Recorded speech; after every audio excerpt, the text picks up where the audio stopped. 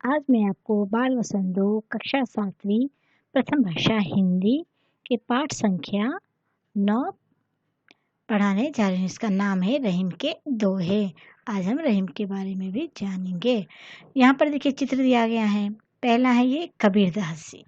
कबीरदास जी की एक कविता बहुत ही मशहूर है। पाहन पूजे हरि मिले, फिर से सुनिए। पाहन पूजे हरि मिले तो मैं पूजू पहाड़, ताते यह चक्की भली पीस खाए संसार। यानी पत्थर के पूजने से अगर हमें ईश्वर मिल जाएगा तो उससे अच्छा तो इस चक्की की पूजा करें जो हमें हमारा पेट भी भरता है, तो ये संसार चलता है। तो कबीरदास जी हिंदी के बहुत बड़े कवि हैं। दूसरा ये चित्र है, देखिए रहीमदास जी का। इनका पूरा नाम है अब्दुल रहीम खान खाना। ये हिंदी जगत के सुप्रसिद्ध कवियों में से हैं। तीसरा चित्र आप देखेंगे यहाँ पर तुलसीदास जी का है। तुलसीदास जी जिन्होंने हिंदी के महाग्रंथ रामचरितमानस को लिखा है, इनकी कविताएं बहुत मशहूर हैं। कवितावली और गीतावली ऐसे उनकी मशहूर कविताएं हैं। चौथा चित्र है मीराबाई का। ये कृष्ण के बड़े भक्त थे। तुलसीदास जी राम के बड़े भक्त थे और मीराबाई कृष्ण के बड़े भक्त थे, और वह जो है ना कृष्ण के ही अपना पति मानती थी। इस तरह से चार चित्र में आपने देखा, कबीर, रहीम, तुलसी और मीरा। यहाँ पर जो है ना मैं आपको चित्र का आंसर दे दी। यहाँ पे कबीरदास जी की कविता दोहा भी मैंने आपको सुना दिया है। रहीम के बारे में क्या जानते हैं ये भी बता दी हूँ। तुलसीदास जी किसके भक्त थे? राम के भक्त थे। मीराबाई के बारे में क्या जानते हैं? तो यह भी मैंने आपको अभी बताया। अब आज हम रहीम दास जी के दोहे पढ़ेंगे। रहीम दास जी का पहला दोहा है कि कहे रहीम संपत्ति सगे। आप लोग इसके शब्द का अर्थ भी लिख सकते हैं अपने कक्षा कार्य में, क्लास वर्क में। यहाँ पर देखिए, कही रहीम, कही मतलब कहते हैं, रहीम संपत्ति मतलब पैसा, सगे अपना होता है। बनत बहुत बहुरीत, जब मनुष्य के पास बहुत पैसा होता है तो बहुत सारे, बहु मतलब बहुत, बहुत और भी बहुत सारे, ज़्यादा। रीत मतलब जो है ना ये दुनिया की परंपरा है। जब हमारे पास, रीत मतलब परंपरा, तो हमारे पास पैसा अगर बहुत बहुत ज़्यादा है तो ये दुनिया की रीत है। क्या है? विपत्ति कसौटी जे कसे। विपत्ति मतलब मुसीबत, कसौटी मतलब मुसीबत के समय में, जे कसे जो खड़ा उतरता है, तई साचे मित्र। रीत यहाँ पर एक तरह से मित्र भी कहा गया है कि जब हमारे पास पैसा बहुत सारे तो बहुत बहुत बहुत सारे दोस्त हमारे बन जाते हैं, लेकिन असली दोस्त वही होता है जब हमारे ऊपर मुसीबत आती है और मुसीबत के समय में उनकी परख होती है। कसौटी मतलब परख होता है। तो मुसीबत के समय जो मित्र हमें साथ देता है, तब वही जो है ना हमारा सच्चा मित्र होता है। साचे मतलब सच्चे, मीत मतलब मित्र। आप ये संपत्ति मतलब पैसा, बहु मतलब बहुत सारे, रीत मतलब दोस्त बन जाते हैं, विपत्ति मुसीबत, कसौटी परख, और साचे सच्चे, मीत मित्र। तो यहाँ पे फिर से एक बार बता रहे जो आपको भाव लिखने में भी आसानी होगी। कही रहीम संपत्ति सगे, बनत बहुत बहुरीत। रहीमदास जी कहते हैं कि जब पैसा हमारे पास बहुत सारा रहता है तब बहुत सारे हमारे दोस्त बन जाते हैं, लेकिन असली दोस्त वही होता है जो मुसीबत के समय हम जो है ना हम उसको परख सकते हैं। मुसीबत के समय में तो असली दोस्त वही होता है, मित्र वही होता है जो हमारे मुसीबत में हमारा साथ दे, हमारा साथ छोड़े नहीं। दूसरा देखिए यहाँ पे चित्र देखिए, ये कौन है? मछली है, पानी में तैर रही है। अब यहाँ पे देखिए, जाल परे जल जात बही। मछुआरे लोग पानी में जाल फेंकते हैं, उसमें मछलियाँ फंस जाती हैं। तो जाल परे जल जात बही, तजी मीनन को मोह। जल में से जल बहता ही रहता है, वो जल में मछली रहती हैं, लेकिन जब पानी में जाल डाला जाता है तो मछली, मीनन मतलब मछली, मोह मतलब प्यार। तो पानी क्या करता है? मछली का मोह, मछली से स्नेह प्यार छोड़ देता है। कब? जब मछली उसमें से निकल जाती है तो पानी को कोई फर्क नहीं पड़ता है, वह मछली का स्नेह, जो मछली उसके साथ रहती है वो उसके साथ उसका कोई भी नाता नहीं रह जाता है। रहमान मछली नीर को। अब यहाँ पे फिर से देखिए, मछली मतलब मछली, नीर मतलब पानी, यहाँ पे दो शब्द आए हैं। मीनन मतलब भी मछली होता है, मछली का मतलब भी मछली होता है। नीर मतलब पानी, और पानी का मतलब भी पानी होता है, जल का मतलब भी पानी होता है। तो रहीमन मछली नीर को तऊ मतलब फिर भी न छारती छोड़ती छोह, यानी उससे प्यार करना नहीं छोड़ती है। मछली पानी के लिए अपना प्यार कभी नहीं छोड़ती। वो पानी से इतना प्यार करती हैं कि वो पानी की याद में तड़प कर मर जाती हैं। फिर से एक बार बताती हूँ। जल में जब जाल पड़ता है, जाल डालते हैं मछुआरे लोग, तो पूरे मछली उसमें से निकल जाते हैं।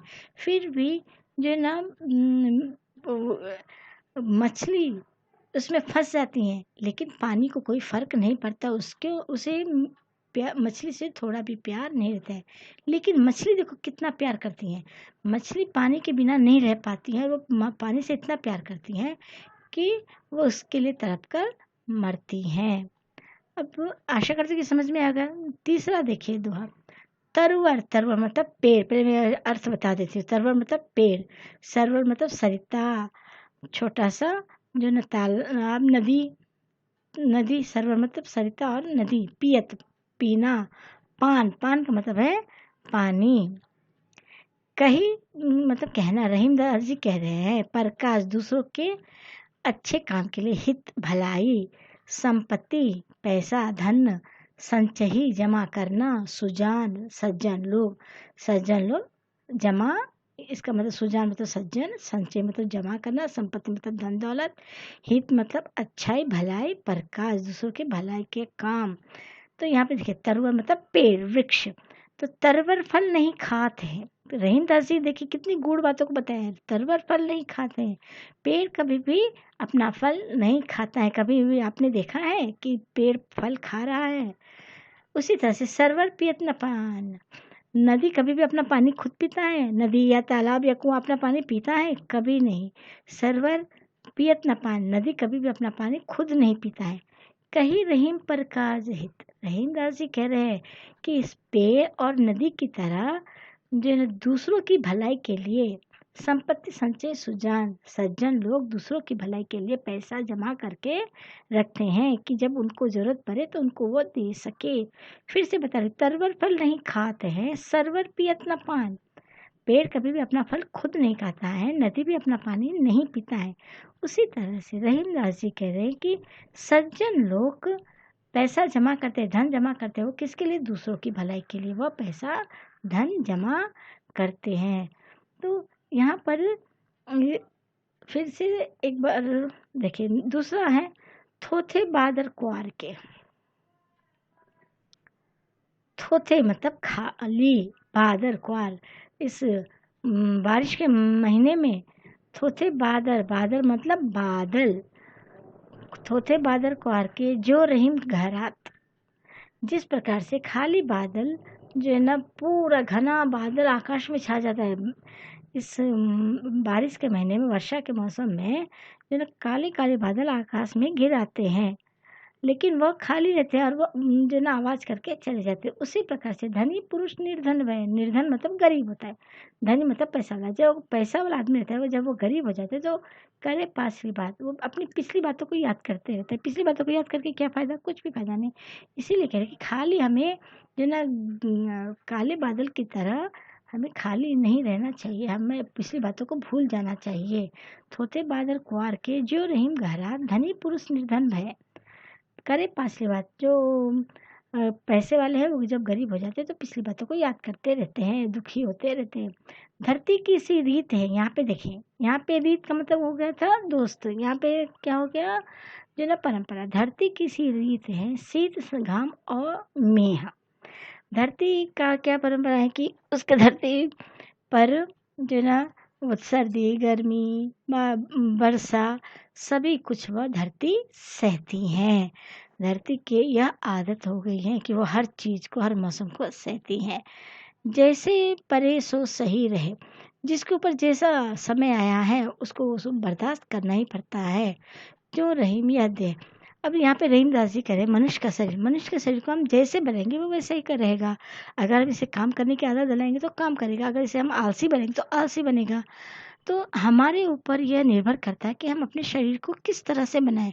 अगर हम इसे पढ़ने में लगाएंगे, अपने मन वचन से और अपने कर्म से हम जो है ना पढ़ाई की तरफ ध्यान देंगे तो हमें पढ़ाई होगा। नहीं, हम जब सोचेंगे कि नहीं हम अभी नहीं पढ़ेंगे, बाद में पढ़ेंगे, तो जो है ना वो हमारा शरीर भी उसी तरह से हो जाएगा।